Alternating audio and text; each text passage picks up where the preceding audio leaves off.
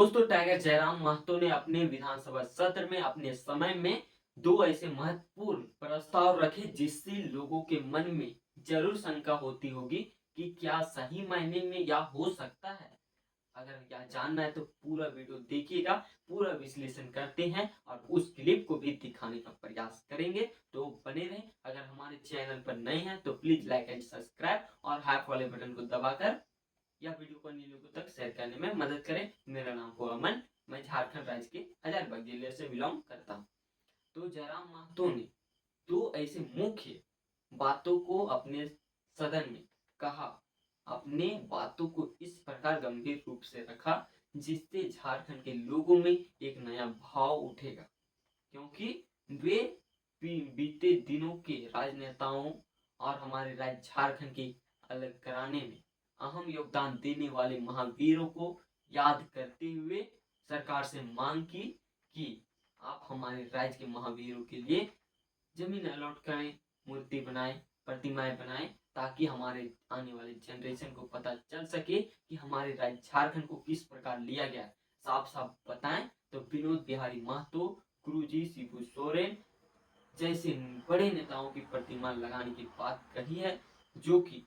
सारा सारा सत्यता के आधार पर है, क्योंकि वे झारखंड के लिए हमेशा तत्पर रहे और वे अपने आप को संघर्ष करते हुए झारखंड राज्य को अलग करने में एक अहम भूमिका निभाए। इसीलिए जयराम महतो ने उनके प्रति भाव रखते हुए, अपने पूर्वजों के भाव रखते हुए उन्होंने सरकार से यही मांग की कि उनकी प्रतिमाएं बननी जाए, मगर सत्ता पक्ष के द्वारा वह खारिज कर दिया जाता है, यह बोलकर कि हमारे पास हमारे झारखंड में ऐसी जगह नहीं है, ऐसी जमीन नहीं है जहां पर हम उनकी प्रतिमाएं को लगा सके। तो यही है उनकी इज्जत, जो झारखंड को अलग कराने में अपने जान की आहुति देने से पीछे नहीं हटे। उनकी प्रतिमाएं लगाने के लिए जगह नहीं बची। कोई ऐसा कहता है तो मान लीजिए कि वह किस दौर का व्यक्ति होगा, किस भाव का व्यक्ति होगा कि वह प्रतिमा को लगाने से इनकार भी करता हो तो हम मानते हैं, मगर वे सीधा कह दिए कि हमारे झारखंड में कोई जमीनें नहीं या कोई भाव होता है जो उस मिट्टी के लिए मर मिटे लाखों लोगों की उम्मीद थे, उनके लिए एक छोटा सा प्रतिमा लगाने में असमर्थ हो पाते हैं और सीधा कहते जमीन नहीं है। तो आप समझिए ना भाई साहब, हमारे पूर्वज जो अपने आहुति दिए अपने जान की, उनकी क्या भावना है। अगर उनके परिवार के लोग अभी सुनते होंगे कि ऐसा सरकार द्वारा कहा गया तो उनके मन में कैसा भाव उठता होगा। हमारे पूर्वज, हमारे घर के मेंबर इस राज्य के लिए समर्पित हो गए और राज्य कहती है उनके लिए 1 फुट जगह नहीं है। ऐसा भाव तो नहीं रखना चाहिए था। सरकार को मना करना था तो सीधा मना करती, मगर ऐसे स्थान नहीं है या बोलकर आप किस प्रकार से मना करते हैं। और दूसरा प्रस्ताव उन्होंने कहा, राज्य के प्रत्येक विश्वविद्यालय के लिए चांसलर की घोषणा की जाए, उनको आवंटित की जाए, उनकी पहचान की जाए, उनको कार्यभार संभाला जाए। पहले जो नियम था वह राज्यपाल को सारा अधिकार था कि कोई भी राज्यपाल बने तो विश्वविद्यालय का चांसलर बन सकता है, यानी कुलाधिपति बन सकता है, जो कि अहम मुद्दों पर, अहम बातों पर निर्णय ले सकता है। वह संवैधानिक तौर पर उस राज्य में लिखा हुआ है। अगर आप किसी भी राज्य के राज्यपाल बनते हैं तो उस राज्य के विश्वविद्यालय में अपना योगदान दे सकते हैं, वहां पर किसी प्रकार का रोक टोक नहीं है। मगर जयराम महतो ने उसमें कहा कि राज्यपाल की एक अलग ही गरिमा है, वे अपने कार्य को संभाल रहे हैं, उसके साथ जो विश्वविद्यालय में चांसलर का कार्यभार उन्हें दिया गया था उन्हें हटाकर ऐसे व्यक्तियों को लाया जाए जो हमारे देश के लिए शैक्षणिक स्थानों पर या फिर अपने आप को प्रशासनिक तौर पर अहम भूमिका निभाएं। उन सभी को नियुक्त किया जाए ताकि हमारे विश्वविद्यालय में नए रूप से, नए तौर तरीकों से और मजबूती से वहां पर कार्य हो और हमारे छात्रों को सही मायने में शिक्षा प्रदान हो। इसीलिए उन्होंने वह प्रस्ताव रखा कि कुलाधिपति को परिषद द्वारा चयन किया जाए ताकि वह राज्यपाल,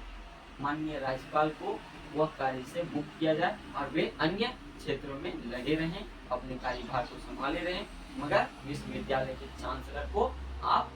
राज्य के प्रत्येक विश्वविद्यालय में नया चांसलर की घोषणा की जाए, वह चयन करेगा विधान मंडल, जो कि राज्य सरकार द्वारा मनोनीत होंगे, और वह वही होंगे जो सही मायने में हमारे देश के लिए, हमारे राज्य के लिए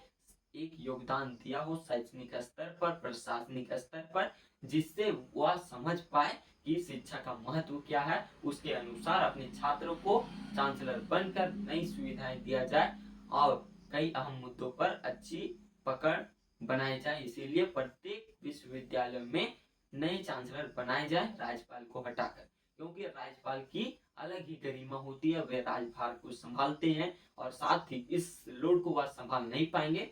इसीलिए वे जयराम महतो ने कहा कि वे अलग कर दिया जाए। मैं अपने तौर से बता रहा हूँ कि यही अर्थ होता है, मैं जहां तक समझ पा रहा हूँ, एग्जैक्ट मैं बोल पा रहा हूँ या ना बोल पा रहा हूँ, मगर मैंने जो रिसर्च किया उसके आधार पर बोलने का प्रयास कर रहा हूँ कि यह मीनिंग होता है राज्यपाल महोदय को उस कार्यभाग से थोड़ा सा वंचित कर उन्हें राज्य सभा राज्य को संभालने में योगदान दे, यही दिशा देने का प्रयास किए हैं जयराम महतो, और वे सही मायने में राइट किए यह प्रस्ताव लाकर। खासकर यह प्रस्ताव तो खारिज कर दिया गया है, मगर अगर पास होता तो विश्वविद्यालय के छात्रों के लिए बहुत ही अच्छी बातें थी, क्योंकि अगर किसी शैक्षणिक स्तर पर या फिर प्रशासनिक स्तर पर योगदान दिए महत्वपूर्ण व्यक्ति, वे समझते कि पढ़ाई का महत्व क्या है, इससे विश्वविद्यालय में ऐसी नीति नियम वे बनाते, लागू करते, ऐसी रूल बनाते जिससे छात्रों को अहम फायदे होते, और यही मान के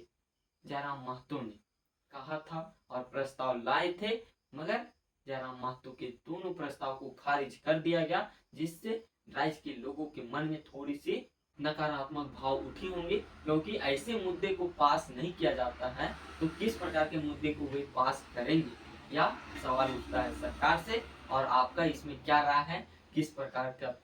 होना चाहिए, किस प्रकार का नहीं होना चाहिए, या कमेंट में बताइए। हमसे थोड़ा सा भी गलती हुई होगी तो हमें माफ कर दे, क्योंकि हमारे पास उतने सक्षम नहीं है कि आपको विस्तार में पूरी डिटेल बता सके, जितना अनुभव कर पाए, जितना अपने अंदर जानकारी को ले पाए उसके अनुसार बताया। तो क्या सही है क्या गलत है आप हमें बताइए, ताकि आगे वाले वीडियो में जाकर हम संभल पाए और अपने आप को बेटर कर पाए। आप ही हमारी सुविधाजनक स्रोत हैं, तो आप ही हमें कमेंट के माध्यम से बता दें। धन्यवाद। Like and subscribe please. धन्यवाद।